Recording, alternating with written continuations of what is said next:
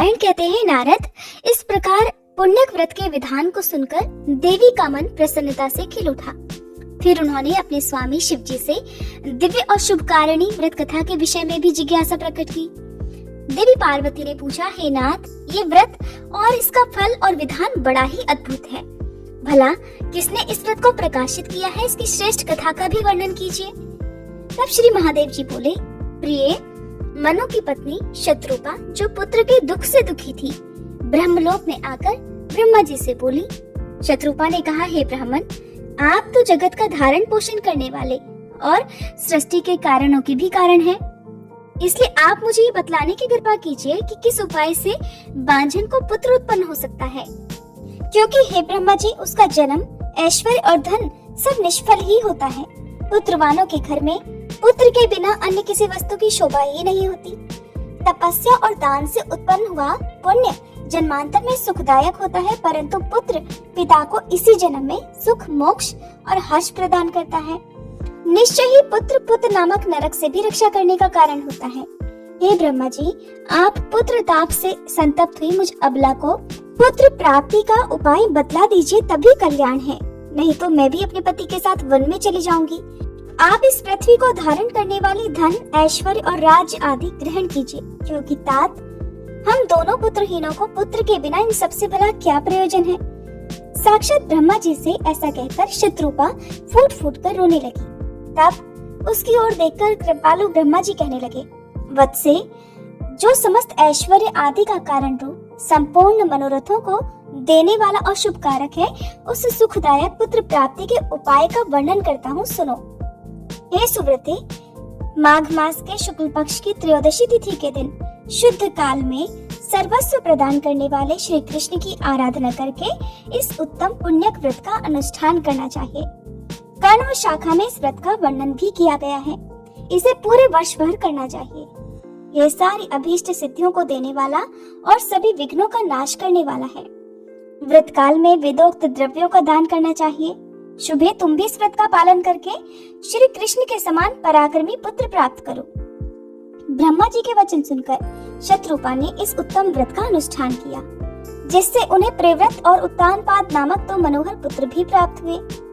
देवहूति ने इस पुण्य व्रत और शुभ पुण्यक व्रत को करके कपिल नामक पुत्र प्राप्त किया, जो सर्वश्रेष्ठ सिद्ध और नारायण के अंश से प्रकट हुए थे। शुभ लक्षणा अरुंधति ने इस व्रत को करके शक्ति को पुत्र रूप में प्राप्त किया। शक्ति पत्नी को इस व्रत के पालन से पराशर नामक पुत्र की प्राप्ति हुई।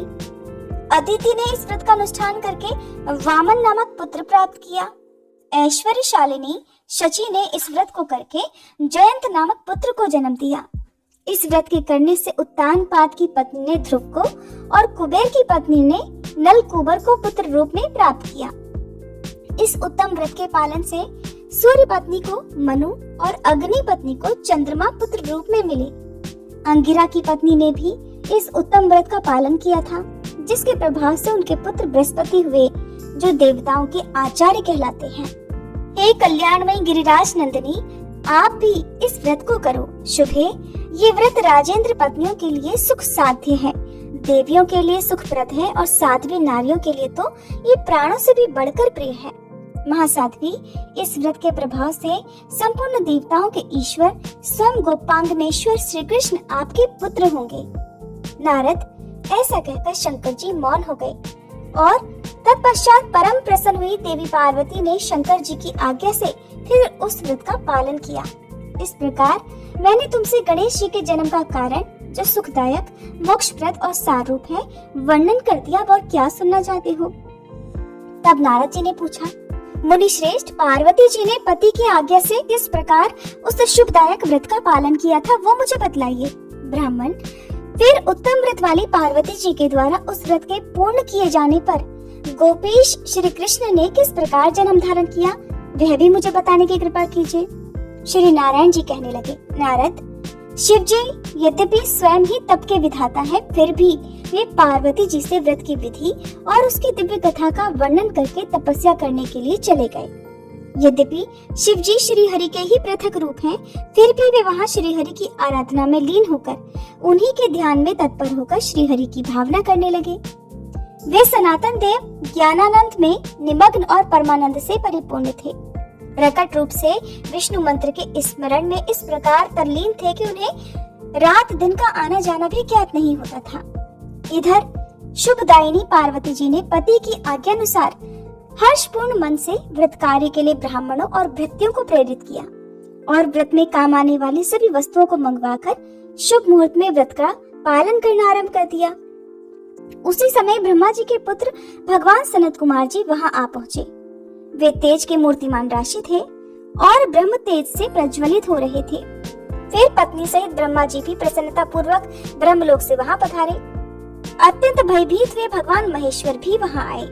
नारद, जो क्षीर सागर में शयन करते हैं और जगत के शासक और पालन पोषण करने वाले हैं, जिनके गले में वनमाला लटकती रहती है, जो रत्नों के आभूषणों से विभूषित हैं और जिनके शरीर का रंग श्याम है, वे चार भुजाधारी भगवान विष्णु, लक्ष्मी जी तथा पार्षदों के साथ बहुत सी सामग्री लेकर रत्न जटित विमान पर आरूढ़ होकर वहां उपस्थित हुए। फिर उसके बाद सनक, सनंदन, सनातन, कपिल, क्रतु, आरुणि, यति, दुर्वासा, च्यवन, पारिभद्र, पराशर, कौत्स, वत्स, बालग्नि, कात्यायन और भी बहुत सारे ऋषि मुनि अपने शिष्यों सहित वहां पधार गए। हे मुने, धर्मपुत्र नर नारायण भी वहां आए। पार्वती जी के उस व्रत में दिक्पाल, देवता, यक्ष, गंधर्व, किन्नर और गणों सहित सभी पर्वत भी उपस्थित हुए थे। फिर भगवान शंकर ने आए हुए सभी अतिथियों को ऊंचे ऊंचे सिंहासनों पर बिठाकर उनका आदर सत्कार किया। पार्वती जी के इस व्रत में इंद्र दानाध्यक्ष, कुबेर कोषाध्यक्ष, स्वयं सूर्य आदेश देने वाले और वरुण परोसने के काम पर नियुक्त थे। उस समय दूध, दही, घी, गुड़, चीनी, तेल और मधु आदि की लाखों नदियां बहने लगी थी।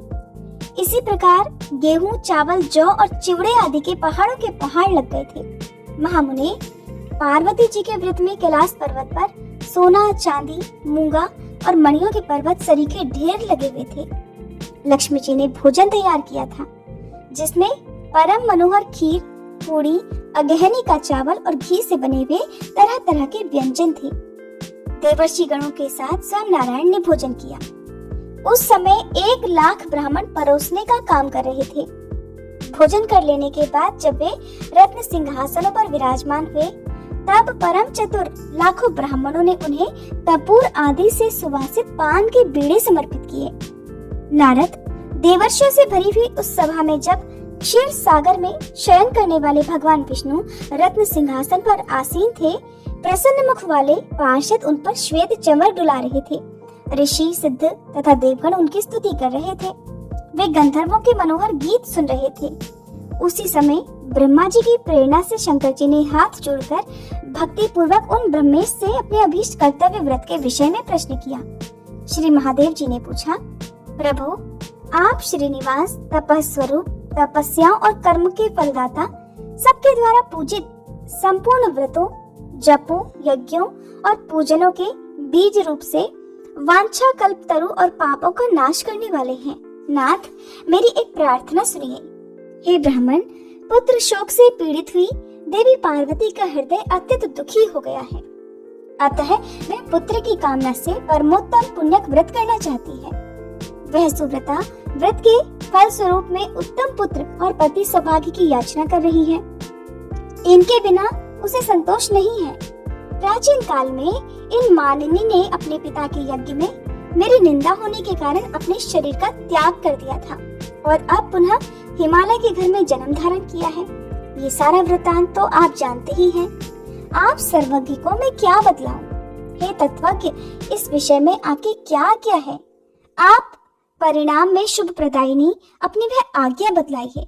नाथ, मैंने सब कुछ निवेदन कर दिया है, अब जो कर्तव्य हो उसे भी बताने की कृपा कीजिए, क्योंकि परामर्श पूर्वक किया हुआ सारा कार्य परिणाम में सुखदायक ही होता है। श्री नारायण कहते हैं, हे नारद, उस सभा में ऐसा कहकर भगवान शंकर ने कमलापति विष्णु की स्तुति की और फिर ब्रह्मा जी के मुख की ओर देखकर वे मौन हो गए। शंकर जी का वचन सुनकर जगदीश्वर विष्णु ठठाकर हंस पड़े और हितकारक तथा नीतिपूर्ण वचन कहने लगे कि हे पार्वतीश्वर, आपकी पत्नी सती संतान प्राप्त करने के लिए जिस उत्तम पुण्यक व्रत को करना चाहती है, वह व्रतों का सार तत्व सौभाग्य का बीज सबके द्वारा असाध्य, सुखदायक, सुख का सार और मोक्षप्रद है।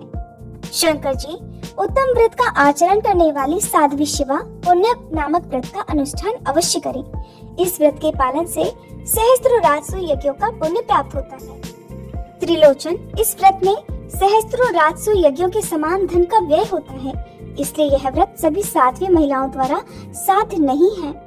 इस पुण्य व्रत के प्रभाव से स्वयं गोलोकनाथ श्री कृष्ण पार्वती जी के गर्भ से उत्पन्न होकर आपके पुत्र होंगे। वे कृपा निधान स्वयं समस्त देवगणों के ईश्वर हैं, इसलिए त्रिलोकी में गणेश नाम से विख्यात होंगे, जिनके स्मरण मात्र से निश्चय ही जगत के विघ्नों का नाश हो जाता है।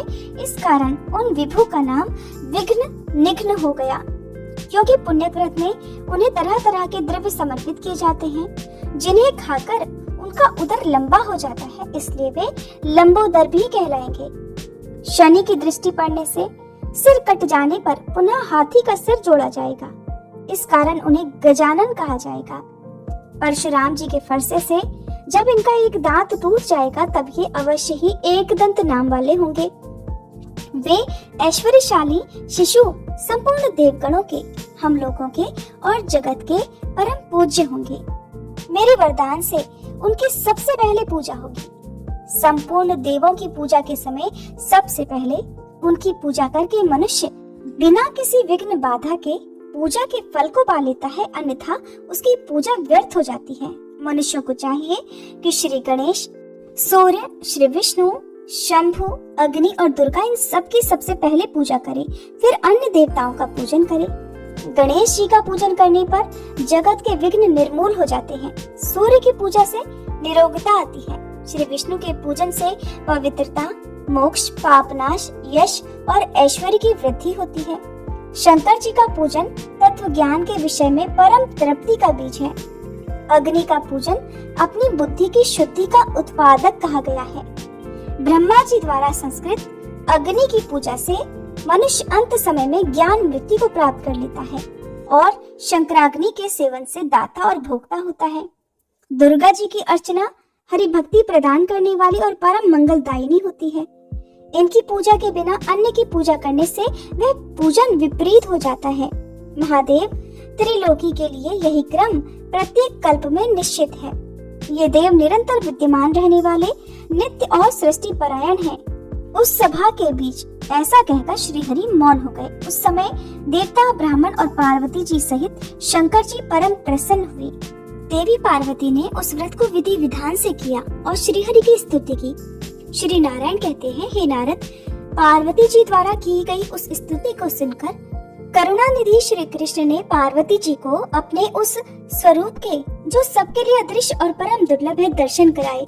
उस समय पार्वती जी स्तुति करके अपने मन को एकमात्र श्री कृष्ण में लगाकर ध्यान में लीन थी। उन्होंने उस तेजो राशि के बीच में सबको मोहित करने वाले श्री कृष्ण के स्वरूप का दर्शन किया। वह एक रत्नपूर्ण मनोरम आसन पर, जो बहुमूल्य रत्नों का बना हुआ था, जिसमें हीरे जड़े हुए थे और जो मणियों की मालाओं से सुशोभित था, विराजमान था। उसके शरीर पर पीताम्बर सुशोभित था, हाथों में वंशी शोभा पा रही थी, गले में वनमाला की निराली छटा थी, शरीर का रंग श्याम था, रत्नों के आभूषण उनकी शोभा बढ़ा रही थी। ऐसे उस सुंदर रूप को देखकर देवी पार्वती ने मन ही मन उसी के अनुरूप पुत्र प्राप्ति की कामना की और उसी क्षण उन्हें वह वर भी प्राप्त हो गया। इस प्रकार वरदानी परमात्मा ने पार्वती जी के मन में जिस जिस वस्तु की कामना थी उसे पूर्ण करके देवताओं का भी अभीष्ट सिद्ध कर दिया। फिर वह तेज अंतर्ध्यान हो गया। तब देवताओं ने कृपा परवश होकर सनत कुमार जी को समझाया और उन्होंने उन उमा रहित दिगंबर शिव जी को प्रसन्न चित्त वाली पार्वती जी को लौटा दिया। फिर तो विश्व को आनंदित करने वाली देवी पार्वती ने ब्राह्मणों को अनेक प्रकार के रत्न और भिक्षुओं और वंदियों को स्वर्ण दान किया। ब्राह्मणों, देवताओं और पर्वतों को भोजन कराया। सर्वोत्तम उपहारों द्वारा शंकर जी की पूजा की, बाजे बजवाए, मांगलिक कार्य करवाए और श्री हरि से संबंध रखने वाले सुंदर गीत गवाए। इस प्रकार देवी ने व्रत को समाप्त करके परम उल्लास के साथ दान देकर सबको भोजन कराया। फिर अपने स्वामी शिव जी के साथ स्वयं भी भोजन किया। इसके बाद उत्तम पान के सुंदर बीड़े जो कपूर आदि से सुवासित थे, बारी बारी से सबको देकर शिव जी के साथ स्वयं भी खाया। फिर पार्वती जी एकांत में भगवान शंकर के साथ विहार करने लगी। इसी बीच में एक ब्राह्मण दरवाजे पर आया। मुने, उस भिक्षुक ब्राह्मण का रूप पहला भाव के कारण भूखा था। शरीर मैले वस्त्रों से ढका हुआ था। उसके दांत अत्यंत स्वच्छ थे। वह तृष्णा से पूर्णतया पीड़ित था। उसका शरीर कमजोर था। वह उज्जवल वर्ण का तिलक धारण किए हुए था। उसका स्वर बहुत दीन था और दीनता के कारण उसकी मूर्ति कुत्सित थी। इस प्रकार के उस अत्यंत वृद्ध और दुर्बल ब्राह्मण ने अन्न की याचना करने के लिए दरवाजे पर डंडे के सहारे खड़े होकर महादेव जी को पुकारा। ब्राह्मण ने कहा, महादेव, आप क्या कर रहे हैं? मैं 7 रात तक चलने वाले व्रत को समाप्त होने पर भूख से व्याकुल होकर भोजन की इच्छा से आपकी शरण में आया हूँ। मेरी रक्षा कीजिए। हे तात, आप तो करुणा के सागर हैं, इसलिए मुझ जराग्रस्त और तृष्णा से अत्यंत पीड़ित वृद्ध की ओर जरा देखिए तो सही। हे महादेव, आप क्या कर रहे हैं? माता पार्वती, उठिए और मुझे सुवासित जल और अन्न प्रदान कीजिए। हे गिरिराज कुमारी, मुझे शरणागत की रक्षा कीजिए। माता, ओ माता, आप तो जगत की माता हो, फिर मैं जगत से बाहर थोड़ी ही हूँ, इसलिए शीघ्र आओ। भला अपनी माता के रहते हुए मैं किस प्रकार भूख से पीड़ित हो रहा हूँ। ब्राह्मण की दीन वाणी सुनकर शिव जी पार्वती जी उठे। उसी समय शिव जी का शुक्रपात हो गया। वे पार्वती जी के साथ द्वार पर आए। वहां उन्होंने उस वृद्ध और अत्यंत दीन ब्राह्मण को देखा, जो वृद्ध अवस्था से अत्यंत पीड़ित था। उसके शरीर में झुर्रियां पड़ गई थी। वह डंडा लिए हुए था। उसकी कमर झुक गई थी। वह तपस्वी होते हुए भी अशांत था। उसके होठ, कंठ और तालू सूख गए थे और वह बड़ी ताकत लगाकर उन दोनों को प्रणाम और उनकी स्तुति कर रहा था। उसके अमृत से भी उत्तम वचन सुनकर नीलकंठ महादेव जी प्रसन्न हो गए। तब वे मुस्कुराकर परम प्रेम के साथ उससे बोले, वेद वेदताओं में श्रेष्ठ विप्रवर, इस समय मैं ये जानना चाहता हूँ कि आपका घर कहाँ पर है और आपका नाम क्या है? जल्दी बतलाइए। देवी पार्वती जी भी बोली, हे विप्रवर, कहाँ से आपका आना हुआ है? मेरा परम सौभाग्य था जो आप यहाँ पधारे हैं। आप ब्राह्मण अतिथि होकर मेरे घर पर आए हैं, इसलिए आज तो मेरा जन्म भी सफल हो गया। हे ब्राह्मण देवता, अतिथि के शरीर में देवता, ब्राह्मण और गुरु निवास करते हैं, इसलिए जिसने अतिथि का आदर सत्कार कर लिया उसने मानो तीनों लोकों की पूजा कर ली। और अतिथि के चरणों में तो सदा तीर्थ भी विद्यमान होते हैं, इसलिए अतिथि के चरण प्रक्षालन के अर्थात पैर धोने वाले जल से निश्चय ही समस्त तीर्थों का फल भी प्राप्त हो जाता है। जिसने अपनी शक्ति के अनुसार यथोचित रूप से अतिथि की पूजा कर ली, उसने मानो सभी तीर्थों में स्नान कर लिया और सभी यज्ञों में दीक्षा ग्रहण कर ली। इसीलिए कहते हैं अतिथि देवो भव। भारतवर्ष में भक्ति पूर्वक अतिथि का पूजन जिसने कर लिया उसके द्वारा मानो धरती पर संपूर्ण महादान कर लिए गए हों। क्योंकि वेदों में वर्णित जो नाना प्रकार के पुण्य हैं, वे और उनके अलावा अन्य पुण्य कर्म भी अतिथि सेवा की 16वीं कला की बराबरी भी नहीं कर सकते। इसलिए जिसके घर से अतिथि अपमानित होकर लौट जाता है, उस गृहस्थ के पितर देवता अग्नि और गुरुजन भी उससे अपमानित होकर उसी अतिथि के पीछे पीछे चले जाते हैं। जो अपने अभीष्ट अतिथि की अर्चना नहीं करता, उनका आदर सत्कार नहीं करता, वह बड़े बड़े पापों को प्राप्त कर लेता है। जिसे सुनकर ब्राह्मण देवता कहने लगे, हे वेदज्ञ, आप तो वेदों के ज्ञान से संपन्न हैं, इसलिए वेदोक्त विधि से पूजन कीजिए। माता, मैं भूख से प्यास से पीड़ित हूँ। मैंने श्रुतियों में ऐसा भी सुना है कि जब मनुष्य व्याधि युक्त आहार रहित और उपवास व्रती होता है, तब वह अपनी इच्छा के अनुसार भोजन करना चाहता है। पार्वती जी ने पूछा, हे ब्राह्मण देवता, आप क्या भोजन करना चाहते हैं? अगर वह त्रिलोकी में परम दुर्लभ होगा तो भी आज मैं आपको जरूर खिलाऊंगी। आप बस मेरा जन्म सफल कीजिए। ब्राह्मण ने कहा, सुव्रते, मैंने सुना है कि उत्तम व्रत परायणा आपके पुण्यक व्रत में सभी प्रकार का भोजन एकत्रित किया है, इसलिए उन्हीं अनेक प्रकार के मिष्ठान्नों को खाने के लिए मैं यहाँ आया हूँ। मैं तो आपका पुत्र हूँ। जो मिष्ठान्न तीनों लोकों में दुर्लभ हैं, उन पदार्थों को मुझे देकर आप सबसे पहले मेरी पूजा करें। साध्वी, वेदवादियों का कहना है कि पिता 5 प्रकार के होते हैं, माताएं अनेक तरह की कही जाती हैं, और पुत्र के भी 5 प्रकार हैं। विद्यादाता अर्थात गुरु, अन्नदाता, भय से रक्षा करने वाला, जन्मदाता और कन्यादाता ये मनुष्यों के वेदोक्त पिता कहे गए हैं। गुरु पत्नी, जननी, स्तनदात्री अर्थात धाय, पिता की बहन अर्थात बुआ, माता की बहन अर्थात मौसी, सौतेली माता, अन्न प्रदान करने वाली अर्थात पाचिका और पुत्रवधू ये भी माताएं कहलाती हैं। भृत्य, शिष्य, दत्तक, वीर से उत्पन्न अर्थात औरस और शरणागत ये 5 प्रकार के पुत्र हैं। इनमें 4 धर्मपुत्र कहलाते हैं और 5वां औरस पुत्र धन का भागी होता है। माते, मैं आप पुत्रहीना का ही अनाथ पुत्र हूँ, वृद्धावस्था से ग्रस्त हूँ और इस समय भूख प्यास से पीड़ित होकर आपकी शरण में आया हूँ। हे गिरिराज किशोरी, अन्नों में श्रेष्ठ पूरी, उत्तम उत्तम के पके हुए फल, आटे के बने हुए तरह तरह के पदार्थ, काल देशानुसार उत्पन्न हुई वस्तुएं, पकवान, चावल के आटे का बना हुआ तिकोना पदार्थ विशेष, दूध, गन्ना, गुड़ के बने हुए द्रव्य, घी, दही, अघैनी का भात, घी में पका हुआ व्यंजन, गुड़ मिश्रित तिलों के लड्डू, मेरी जानकारी से बाहर सुधा तुल्य अन्य वस्तुएं, कपूर आदि से सुवासित सुंदर श्रेष्ठ तांबूल, अत्यंत निर्मल और स्वादिष्ट जल, इन सभी सुवासित पदार्थों को जिन्हें खाकर मेरी सुंदर तोंद हो जाए, मुझे प्रदान कीजिए। आपके स्वामी सारी संपत्तियों के दाता और त्रिलोकी के सृष्टिकर्ता हैं और आप संपूर्ण ऐश्वर्य को देने वाली महालक्ष्मी स्वरूपा हैं। इसलिए आप मुझे रमणीय सिंहासन, अमूल्य रत्नों के आभूषण, अग्निशुद्ध सुंदर वस्त्र, अत्यंत दुर्लभ श्री हरि का मंत्र, श्री हरि में सुदृढ़ भक्ति, मृत्युंजय नामक ज्ञान, सुख प्रदायिनी दान शक्ति और सर्व सिद्धि दीजिए। हे सती माता, आप ही सदा श्री हरि की प्रिया और सर्वस्व प्रदान करने वाली शक्ति हैं। इसलिए आपके लिए अपने पुत्र के लिए भला कौन सी वस्तु अदेय है? मैं उत्तम धर्म और तपस्या में लगे हुए मन को अत्यंत निर्मल करके सारा कार्य करूंगा, परंतु जन्म हेतु कामनाओं में नहीं लगूंगा, क्योंकि मनुष्य अपनी इच्छा से कर्म करता है। कर्म से भोग की प्राप्ति होती है और वे भोग शुभ और अशुभ 2 प्रकार के होते हैं और वे ही दोनों सुख और दुख के कारण होते हैं। जगदम्बिके, ना किसी से दुख होता है ना सुख, सब अपने अपने कर्म का ही भोग है। देवी, आपकी तपस्या और पूजन तो लोक शिक्षा के लिए है, क्योंकि आप नित्य स्वरूपा सनातनी देवी हैं और समस्त कर्मों का फल प्रदान करने वाली हैं। प्रत्येक कल्प में श्री कृष्ण गणेश रूप से आपके पुत्र बनकर आपकी गोद में आते हैं। ऐसा कहकर वे ब्राह्मण तुरंत ही अंतर ध्यान हो गए। वे परमेश्वर इस प्रकार अंतर ध्यान होकर बाल रूप धारण करके महल के भीतर स्थित पार्वती जी की शैया पर जा पहुँचे और जन्मे हुए बालक की तरह घर की छत के भीतरी भाग की ओर देखने लगे। उस बालक के शरीर की आभा अत्यंत सुंदर और शुद्ध चंपक के समान थी। उसका प्रकाश करोड़ों चंद्रमाओं की तरह उद्दीप्त था।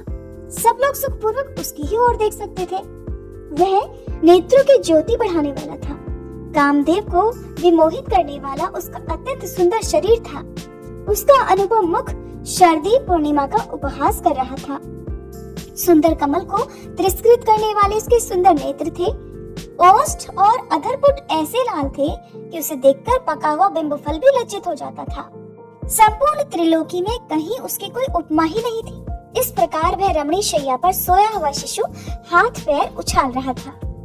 वह नन्हा शिशु कौन था ये जानने के लिए आप अगली वीडियो का इंतजार जरूर कीजिएगा। वीडियो अच्छी लगी हो तो वीडियो को लाइक जरूर कीजिएगा।